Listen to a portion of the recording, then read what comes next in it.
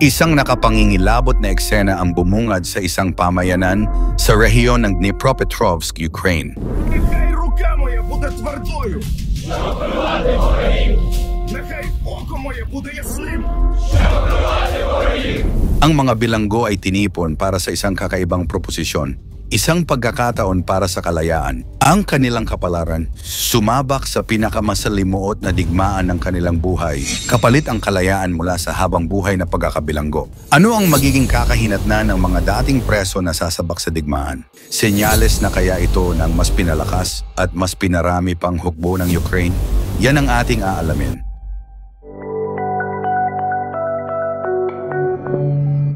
Mahigit 2 taon na ang lumipas mula nang simula ng Russia ang pagsakop sa Ukraine. Dahil dito unti-unting nauubos na ang sandatahang lakas ng Ukraine at ang naisip na solusyon, ang pagre-recruit mula sa mga bilangguan. Ang sino mang handang magbigay ng 100% ng kanilang sarili ay maaaring makalaya kapalit ng kanilang paglaban sa frontlines. Pagpapalawak ng puwersa ng Ukraine. Sa Dnipropetrovsk Penal Colony, ang mga preso tulad ni Ernest Volvak ay tinutulungan na magkaroon ng bagong pananaw. Sa halip na mabulok sa selda, binibigyan sila ng pagkakataong maging mga bayani ng kanilang bayan. Para sa kanya, ang digmaang ito ay hindi lamang isang labanan para sa kalayaan ng bansa, kundi pati para sa sarili niyang paglaya. Sa ilalim ng bagong batas ng mobilisasyon, tinatayang may 27,000 na mga bilanggo ang maaaring sumali sa hukbo ng Ukraine.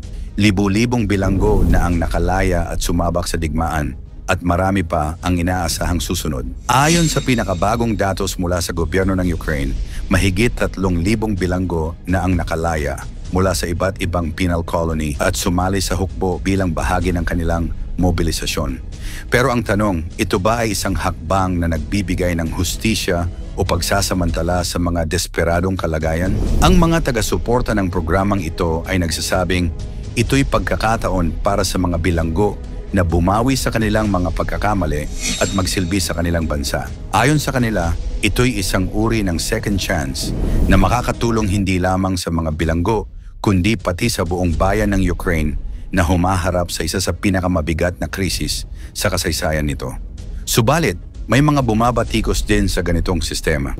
Para sa kanila, ang pagpapakawala sa mga bilanggo upang makipaglaban ay tila isang desperadong hakbang na nagpapakita ng kakulangan ng sapat na tauhan ng militar. May mga nagsasabi rin na ang pagsama sa digmaan ng mga dating kriminal ay maaaring magdulot ng iba't ibang problema sa loob ng hukbo, mula sa disiplina hanggang sa pagkakaroon ng tiwala sa mga bagong recruit. Paglaban ng Azov Brigade.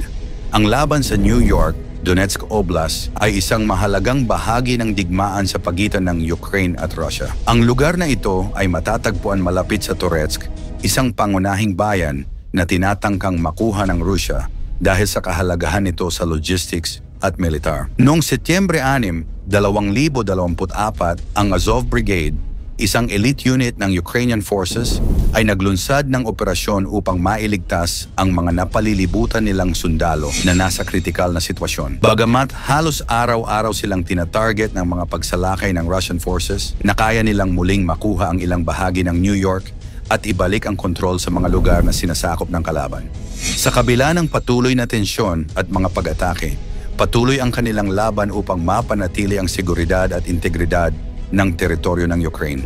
Mga sundalo ng dalawang panig. Habang lumalala ang digmaan, parami ang mga sundalong sumasabak sa harapan mula sa magkabilang panig. Sa Ukraine, bukod sa mga bagong recruit mula sa mga bilangguan na tinatayang aabot sa 27,000 bilanggo, sinusuportahan sila ng mga bihasang sundalo ng Azov Brigade at mga dayuhang volunteer mula sa iba't ibang bansa. Ang kanilang lakas ay nakasalalay sa matibay na depensa at tuloy-tuloy na suporta mula sa kanlurang mga bansa. Kabilang ang mga ipinangakong armas mula sa US, Germany at UK. Sa kabilang banda, ang Russia ay umaasa sa kanilang malalaking puwersa ng sundalo kasama ang mga elite na unit tulad ng Wagner Group na may layuning sakupin ang mas maraming teritoryo. Kilala ang mga sundalong Ruso sa kanilang brutalidad at hindi lingid sa balita ang mga ulat ng kanilang pagpatay sa mga bihag na sundalo ng Ukraine. Ilang video na rin ang lumabas tungkol sa umano'y pagpatay ng mga sundalong Ruso sa mga bihag na Ukrainyano, isang malinaw na paglabag sa Geneva Convention. Kagamit ng dalawang bansa. Isa sa mga susi sa tagumpay sa digmaan ay ang pagkakaroon ng makabagong kagamitan. Sa pagbisita ni President Volodymyr Zelensky sa Ramstein, Germany noong Setyembre 6, nakakuha siya ng suporta mula sa mga kaalyado ng Ukraine. Ang Estados Unidos ay nagbigay ng bagong ayuda na nagkakahalaga ng $250 milyong kasama na ang mga RIM-7 missiles at Stinger missiles para sa air defense.